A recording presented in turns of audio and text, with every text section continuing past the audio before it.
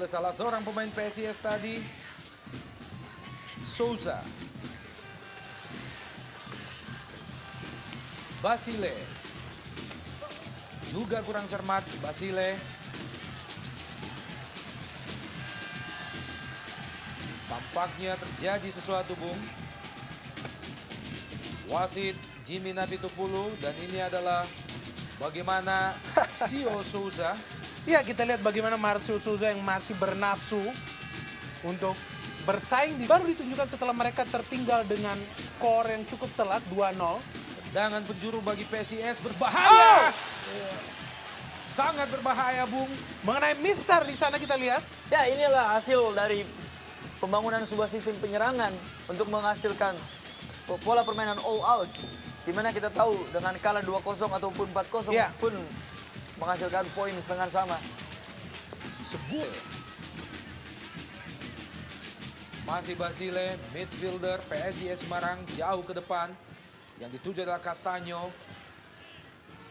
Berpindah ke Ilham Asdad.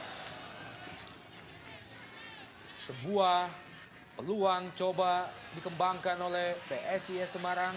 Melepaskan umpan langsung ke depan gawang dan masih tepat berada di pelukan Khairul Huda. Sedikit kita melihat tadi penampilan dari Gaston yang diberikan bola dan kita melihat skill yang baik dengan memberikan umpan kepada wingback di sana. Namun kita lihat bahwa umpan yang diberikan kotak penalti tidak bertujuan kepada siapapun, bahkan Basile.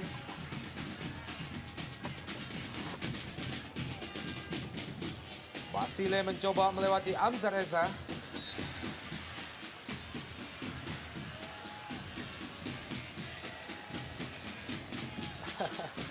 Kapan kita lihat, Bung? Amzar Reza. ya kita lihat pemain yang satu ini sejak masuk memberikan keseimbangan bagi Persela dalam hal bertahan. Kita tahu bahwa Amsar salah satu pemain yang berpengalaman juga yang berada di kubu Persela Lamongan. Memberikan John Scarlett. Masih mengenai Edson. Kali ini PSIS Semarang melalui Basile. Masih Basile. Robinson sedikit nakal tadi, Bung. Ya, Bung, akhirnya sebuah kartu kuning dikeluarkan oleh wasit David Napitupulu oleh Alex Robinson. Ya, terhadap Robinson setelah tampak dengan jelas melakukan sebuah aksi sedikit nakal, menarik Basile.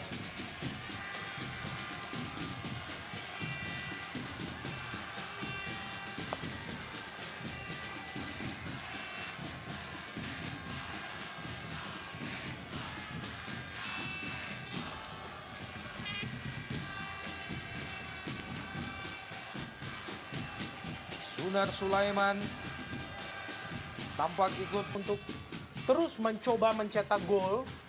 Sebuah kick up yang sangat profesional ditunjukkan meskipun kita melihat masih sangat sulit untuk membongkar lini pertahanan dari John Scarlett dan Fabiano.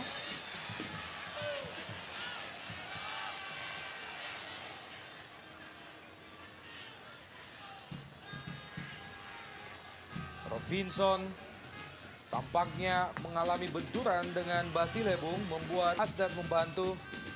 Kembali Charles Putirai. Luar biasa cerdas, Bung. Namun kali ini benturan yang cukup keras tidak bisa terhindarkan, Bung. Ya, kita lihat bagaimana Marcio Souza, tentunya sesuatu yang tidak disengaja oleh Harry. Kita lihat benturan kepada Marcio Souza. Dan memang skill yang sangat-sangat cerdik, sangat-sangat baik. Dan kita lihat keunggulan dari Souza bukan hanya ia sangat lihai dalam pergerakan kaki, namun juga fisik yang cukup kuat. Ya, Sehingga memang memudahkannya apabila terjadi benturan yang bersifat 50-50. ya. Marcio Souza mesti digotong keluar lapangan. Harry S juga masih tampak ringis kesakitan, Bung. Ya, suatu marking yang cukup bagus yang dilakukan oleh Harry S. Di mana ketika Marcio Sosa melewati seorang pemain PSIS, dan di situ juga marking cover yang bagus dilakukan oleh Harry S.